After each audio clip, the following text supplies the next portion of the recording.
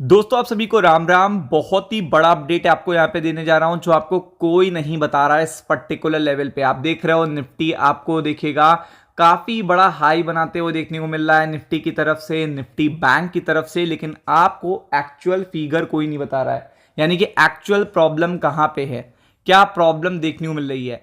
सबसे इंपॉर्टेंट होता है किसी भी स्टॉक मार्केट के लिए स्मार्ट मनी का इन्वेस्टमेंट। स्मार्ट मनी इसमें इन्वेस्टमेंट ही देखेगा मार्केट को स्ट्रेंथ देता है।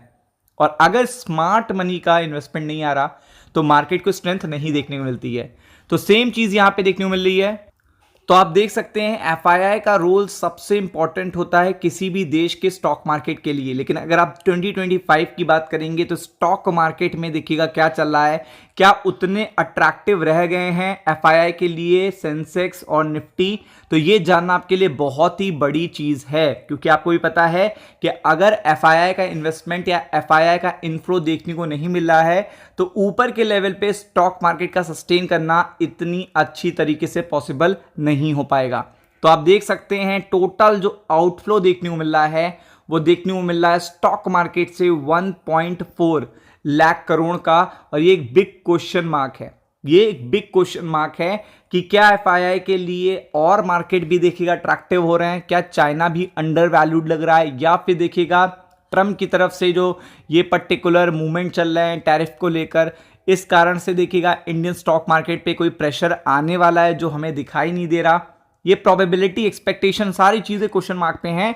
और क्या सबसे बड़ी बात है, सबसे बड़ी बात यह है कि क्या ऐसी चीज है जो हमें नहीं दिखाई दे रही लेकिन एफआईआई को दिखाई दे रही है, तभी वो सीधा सीधा क्या कर रहे हैं, ऑफलोड कर रहे हैं। मतलब जो स्टॉक्स हैं वो ऑफलोड कर रहे हैं। तो आप देख सकते हो फॉरेन इन्वेस्टर में reverse their stands on Indian stock market. मतलब ये एक्सपेक्टेशन है कि हो सकता है कि जब इंडिया टैरिफ को लेकर देखिएगा अपनी ट्रेड डील पे आगे बढ़ती है ट्रम्प साहब के साथ, फिर देखिए आपको पता ही है जीडीपी ग्रोथ अच्छी है, इन्फ्लेशन कंट्रोल में है, तो यहां पे एक रिवर्स कैटेगरी देखने को मिल सकती है। बट एक्चुअल इस समय की सिचुएशन क्या है, the rally in Sensex and Nifty is expected, US Fed rate cuts, India economic resilience are key factor. ये की फैक्टर है, जीएसटी रिडक्शन की फैक्टर है। लेकिन क्या जीएसटी के बाद उस तरीके का मोमेंटम आया, क्वेश्चन मार्क है। क्या रेट कट के बाद उस तरीके का मूवमेंट आया, क्वेश्चन मार्क है। क्या टैरिफ में लेकर देखेगा उसी तरीके से सिचुएशन देखने को मिल रही है, क्या हमारे फेवर में कुछ आता हुआ देखने को मिल रहा है, अभी भी क्वेश्चन मार्क है। क्योंकि इतने बड़े इवेंट्स हो जाने के बाद भी ऑफ लोडिंग, आप देख सकते हो ऑफ लोडिंग एफआईआई की मैसिव है।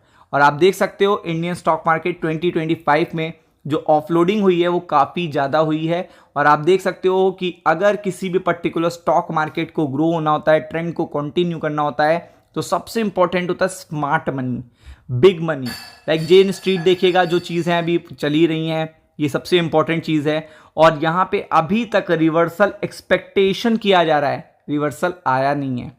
एक्सपेक्टेशन बहुत किया जा रहा है कि ये चीज़ हो जाएगी तो ऐसा होगा, वो चीज़ हो जाएगी तो वैसा होगा। बट अभी तक आप देख सकते हो जीएसटी रिफॉर्म एक बहुत बड़ा रिफॉर्म था, ये सीधा सीधा मिडिल क्लास के लिए गिफ्ट था। लेकिन अभी तक उसका उस तरीके से मोमेंटम देखने को नहीं मिला है जैसे कि मिलना चाहिए था, क्योंकि इसका सबको फायदा देखने को मिलेगा मिडिल क्लास को। ये जो जीएसटी के रिफॉर्म देखिएगा 22 सितंबर से एप्लीकेबल होंगे। तो आप समझ सकते हैं कि इतना बड़ा रिफॉर्म हो गया, इतनी बड़ी चीजें हो गई और एफआईआई अभी भी कॉन्फिडेंट नहीं हो रहे हैं। ये हो गई पहली बात। दूसरी सबसे अच्छी इंपॉर्टेंट बात हमारी इकॉनमी के लिए हमारा जीडीपी नंबर। हमारे जीडीपी के नंबर अगर आप देखोगे तो कंटिन्यू हमारे फेवर में है। आप देख रहे हो कि कंटिन्यू चीजें बेटर देखने को मिल रही हैं। बट द थिंग इज, तो आप देख सकते हो जीडीपी जो रेट्स हैं, जीडीपी के जो पर्टिकुलर देखिएगा मोमेंटम है, वो अभी भी इंडिया देखिएगा हाईएस्ट ग्रोइंग जीडीपी इकॉनमी है। यूएस, चाइना उसके पीछे हैं। अब आते हैं इन्फ्लेशन के नंबर्स को लेकर, तो वो भी देखिएगा आरबीआई के जो बैंड्स हैं उसके आसपास देखने को मिल रहा है। तो अभी इतनी तीन अच्छी इंफॉर्मेशन आपको देखने को मिल रही है, बट स्टिल कॉन्फिडेंस एफआईआई का देखने को नहीं मिल रहा।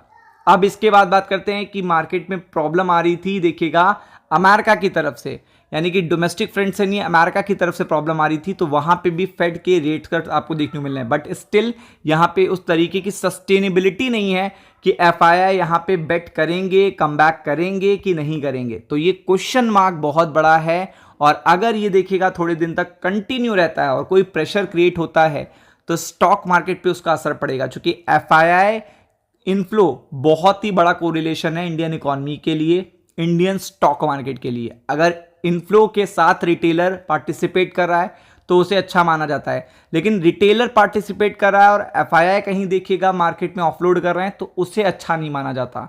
उसका मतलब है कि वो देखिएगा ऊपर के लेवल पे आपको चीजें थमा के चुपचाप निकल जाएंगे और फिर नीचे के लेवल पे वेट करेंगे। तो ये चीज बहुत ही कॉशियस है, फोकस करिएगा।